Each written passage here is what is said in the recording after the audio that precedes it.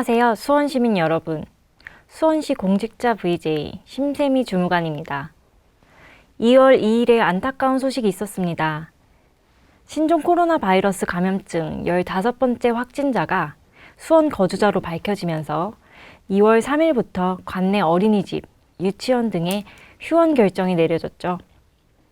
이에 시민 여러분들의 우려가 더욱더 커지고 있는 상황입니다.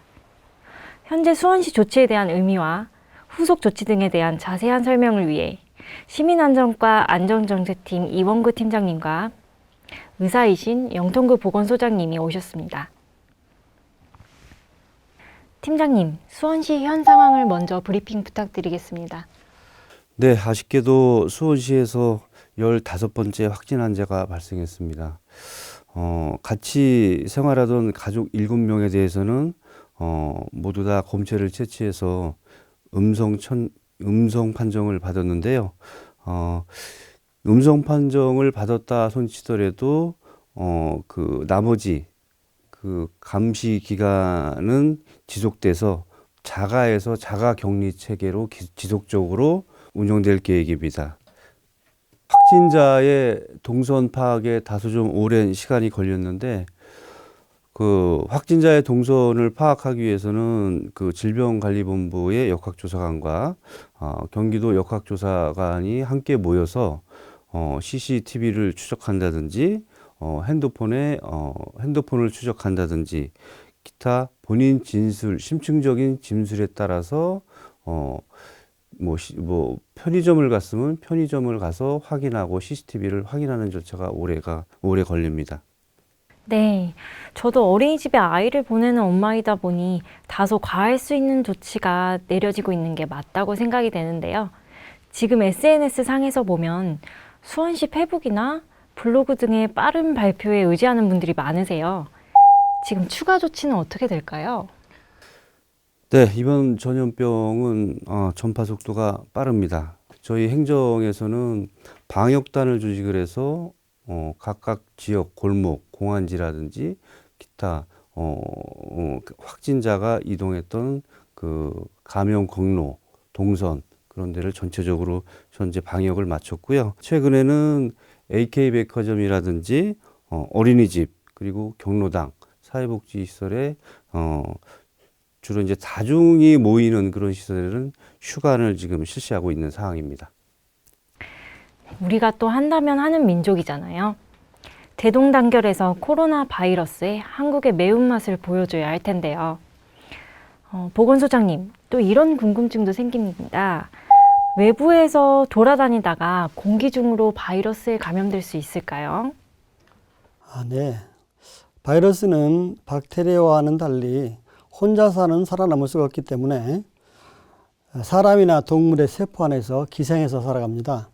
따라서 사람 몸 밖으로 나오면 기침이나 재채기를 통한 비말을 통해서 감염이 되지만 공기중으로 나오면 오래 살아남기 어렵기 때문에 일상생활 중에 공기중으로 감염되지는 않습니다.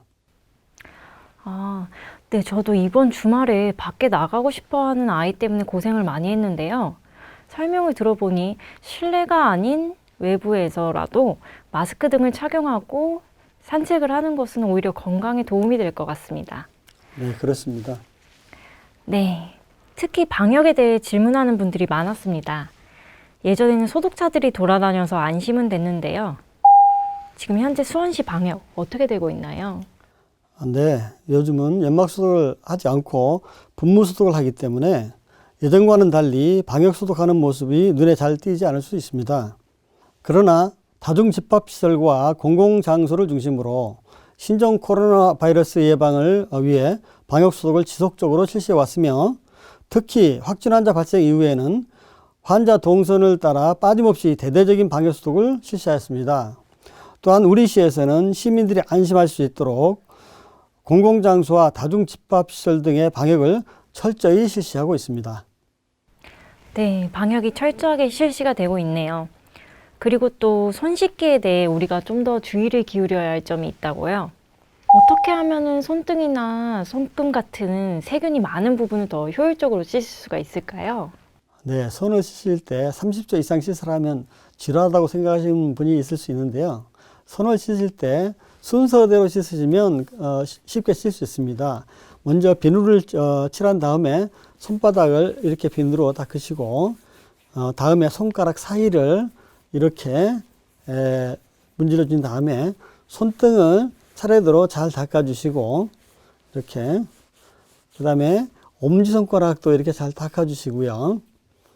이렇게 잘 닦아주시고 그 다음에 손톱으로 손바닥을 이렇게 잘 닦아서 손바닥과 손톱 사이에 있는 세균을 잘 닦은 다음 흐르는 물에 이렇게 씻어내시고 다 씻은 다음에는 손으로 손잡이를 잡으시면 다시 오염이 되기 때문에 손등으로 물을 막는 것이 중요하겠습니다. 그리고 털면 되겠습니다.